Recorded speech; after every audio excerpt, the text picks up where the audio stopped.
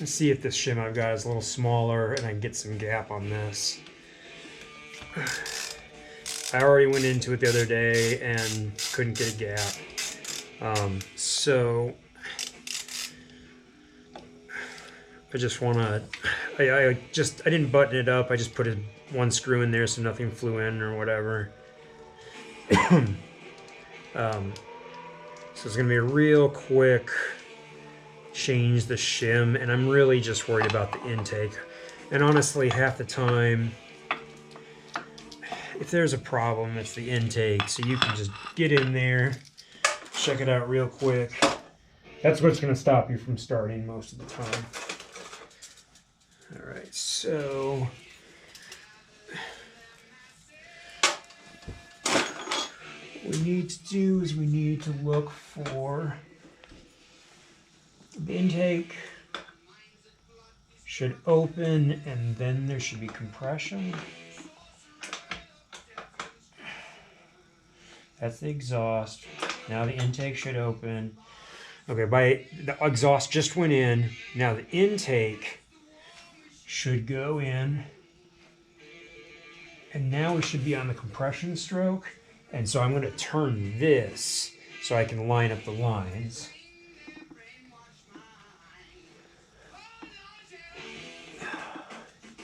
Yeah, it's definitely the compression stroke too, because it's a little hard. I'm going to push on the kick just a little bit to help it move.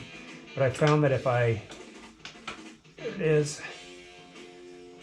found that if I only use the kickstart, it just lops right past the compression stroke because it wants to be off of that. The compression stroke wants to push it, especially once you get to top dead center, which those lines are top dead center. Okay, so magnet guy, I'm going to pull the intake rocker over.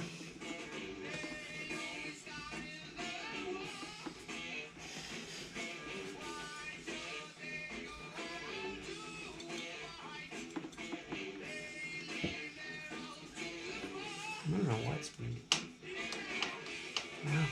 It's just sodium tight maybe. Oh, this is a trick that I realized the other day.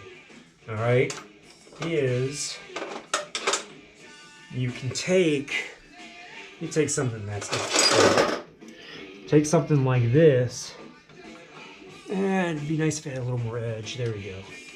And I'm going to put it on that push rod.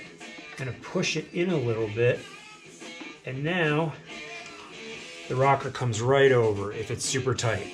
So all I got to do is the thing that shim sits on is just shove it in. It's on a spring, so it just goes right in there, right? Okay, it's essentially the valve, which for some reason I never thought as movable. I thought it was tight, and I don't know why I thought that. All right, so pull that shim out. Oh, come on. Nice. All right. I feel like there's flecks of metal in there, but I don't know if it's from my magnet.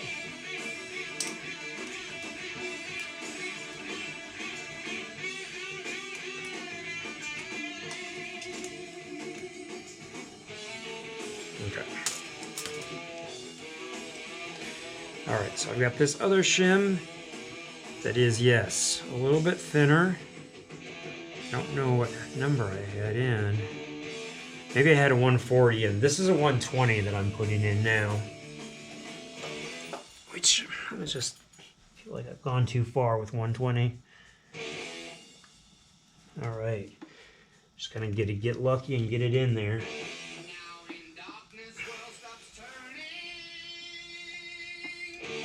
And then what I'm going to do again, to pop it over, actually what I'm going to do is I'm just going to run the kick, and it'll just pop back into place, okay? There we go. All right, so now what I need to do is look for the intake exhaust to move, all right? Or the exhaust and then intake. So there goes the exhaust pushing in. there's the intake going in. Once it comes out, it can start to compress. And so it should be compressing. We're starting to compress now. Just slowly move that.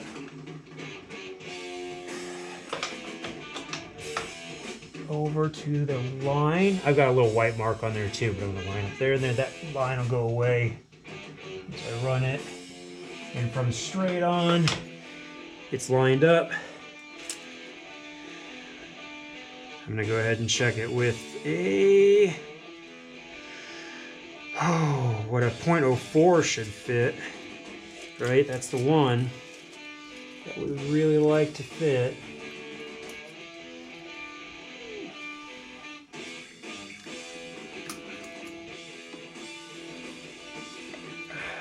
It doesn't, I don't think it's going in.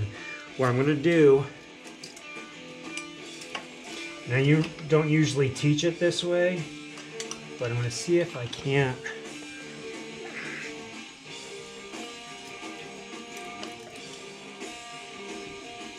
I'm going to push the rod in just under, oh god damn it, that's dumb. Okay, sorry. Okay, so what I'm going to do is I'm going to try to push the rod in just a bit so I can get the feeler in there.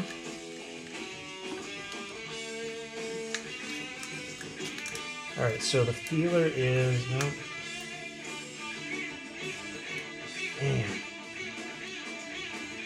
That just gauge won't go in. And I'm tired of trying it a weird, dumb way. What I'm going to do is I'm going to move all the way to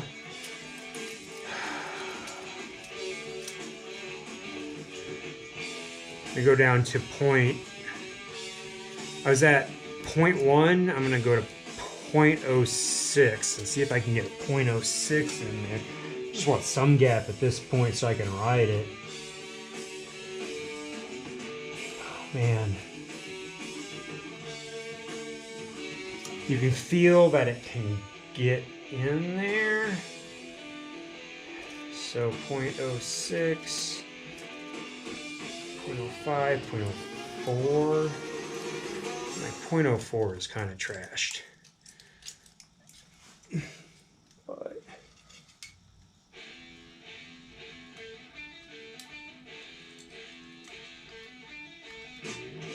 oh, I think it's in just barely, no? Okay. Do I have anything thinner? 0.04.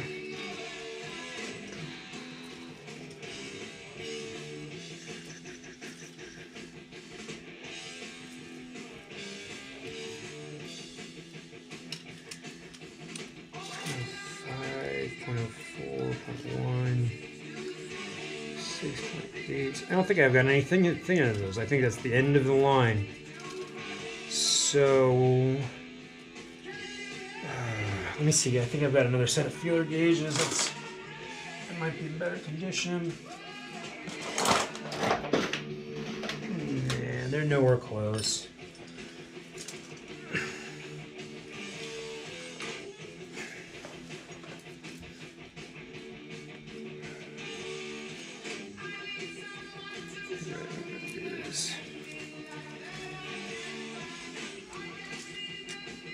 I'm going to force the 0.06 in there, and then I'm going to see how it feels.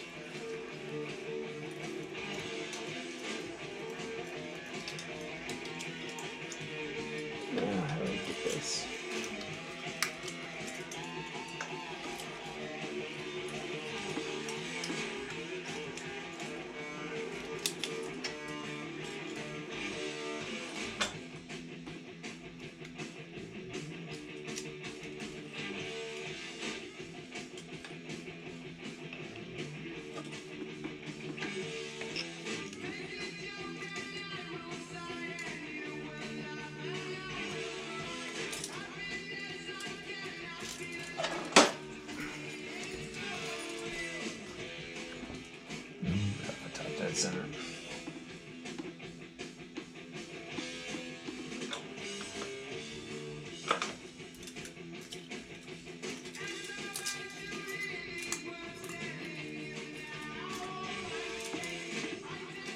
to enjoy life, but wish I couldn't.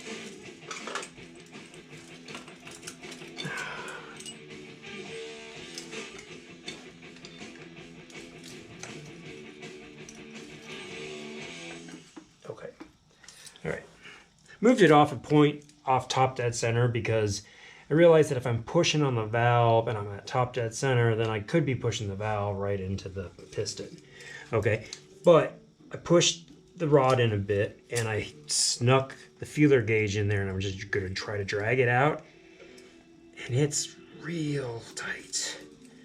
I don't think that there's any gap there at all. And I believe that's the thinnest gap, or the thinnest shim that I have. I'm gonna button this up and I'm gonna start it up anyway and see how it does.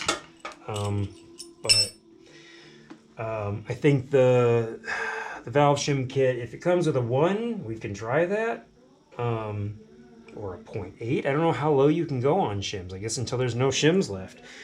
But clearly, if I'm down to this point, like, there's something wrong. So, all right. I'm gonna fast forward probably this for buttoning it back up because you've all seen it before.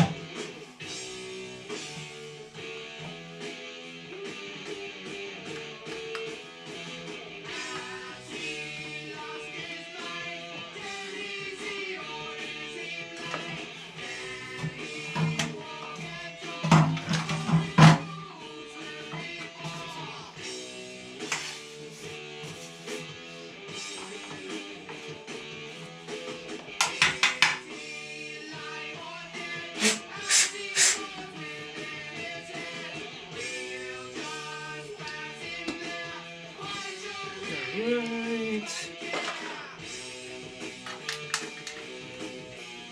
Oh, cover. You know what? And since I'll probably do this again soon, I'm gonna leave off the foot peg, foot bar, for a minute. Let's see if I have the clips for the front. I don't think I have bolts for it, even if I have the clips. Woo.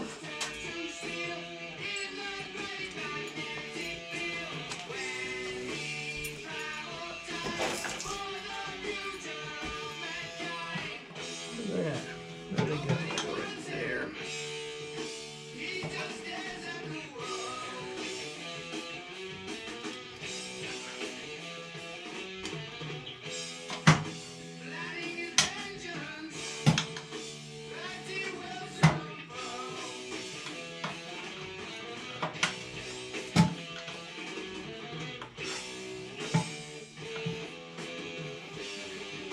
Oh, that's upside down.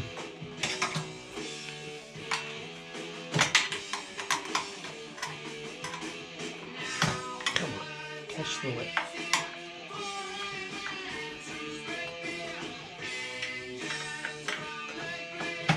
There we go.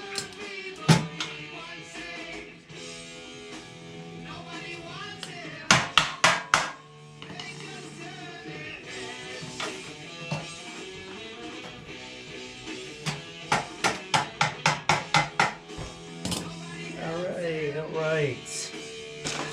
Do I have...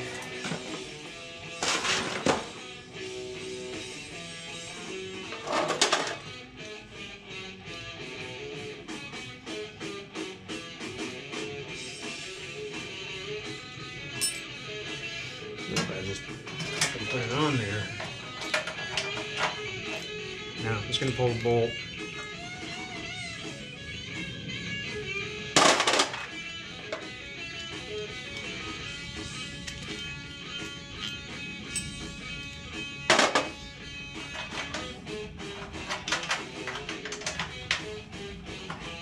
Same size. It's not the same size. So I have to find the right bolts or rattle like hell.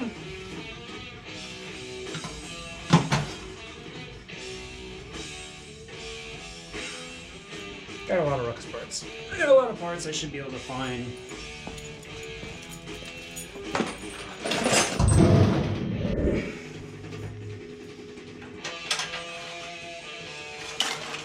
So much stuff that I've taken apart. Yep, that one fits. Forget what that's too. It's got a weird.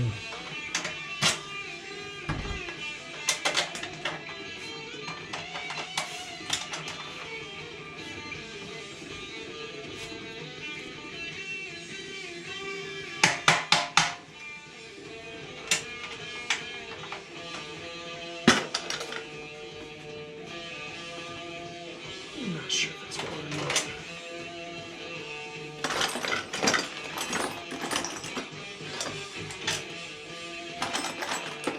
I don't know why, but I'd like to have two that match.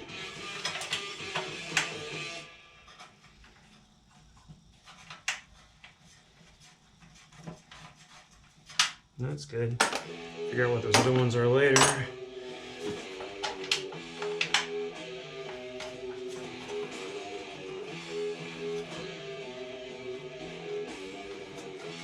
All right.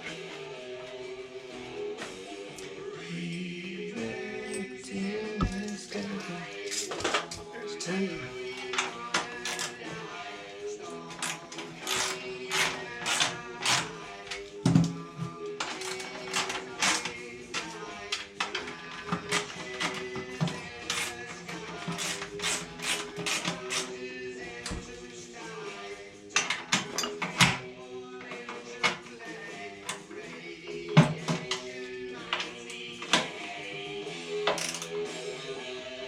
Alright.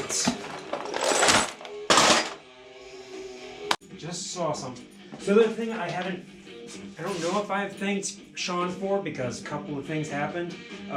Aside from the shim kit, he got me a pair par cover. I got a sticker from my wife on there as well from New York.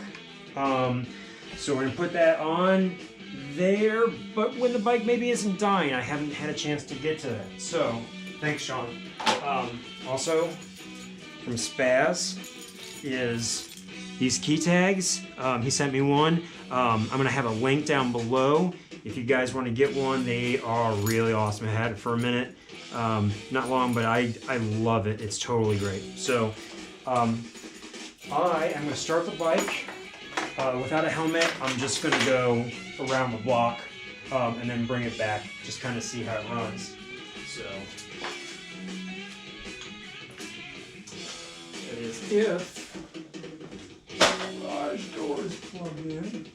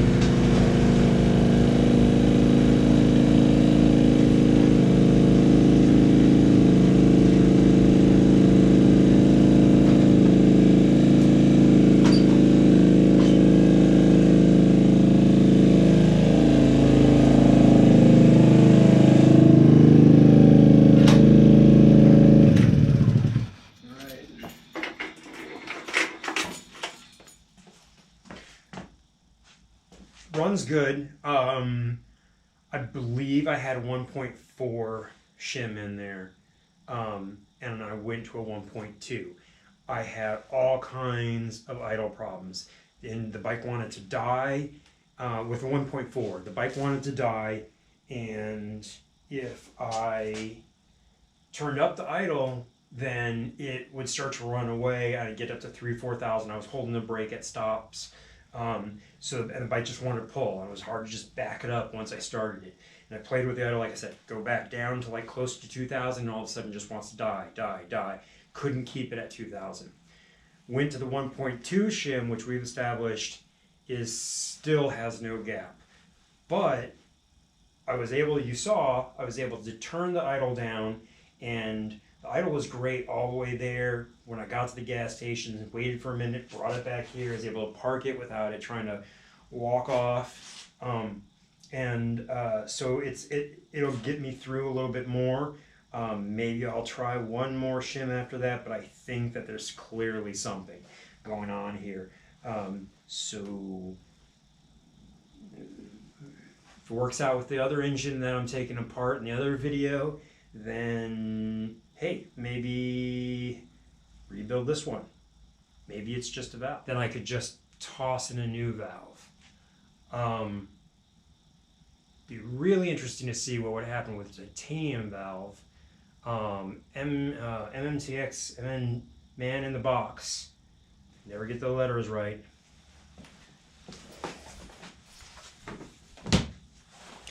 MNTHBX. They have titanium valves. So I'm not sure if any are in stock. I know they had a sale on them at some point or whatever, but love to stick them in there. If you think that it's a good idea for me to like say, hey, let's get some money together and throw them in there, and then I get through that project, the engine project, and I feel like I can do this, and I can toss them in there, and that's what it is. You know, I haven't really asked for money before, so if you think I should do that, say something below. If you think I have a chance to go to them and be like, let me borrow a valve, test it out. I don't know. But I need to fix this up. So I think I'm really close on this if it's just a valve.